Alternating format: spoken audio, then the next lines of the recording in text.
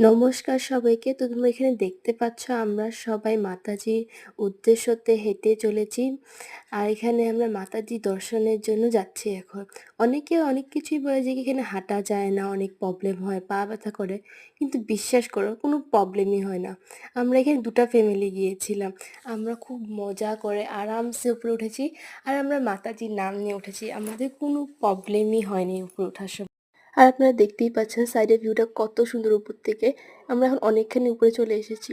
আর আমাদের মতে সকালে হাঁটা দিলে সবচেয়ে বেশি ভালো হয়। আমরা সকাল ৭টার দিকে হাঁটা দিয়েছিলাম আর ১২টা খানিকে যেয়ে পেয়েছিলাম। আর মাতাজির দর্শনও আমাদের প্রায় আধা ঘন্টার মধ্যেই হয়ে গিয়েছে। কোনো ভিড়ভাট্টা ছিল না ওরকম।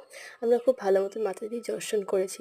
যদি কেউ ভাবছেন আপনাদের নেক্সট প্ল্যান এখানে করবেন, তো তাড়াতাড়ি চলে আসুন। কোনো প্রবলেম হয় না। আপনারা আরামসে যেতে পারবেন।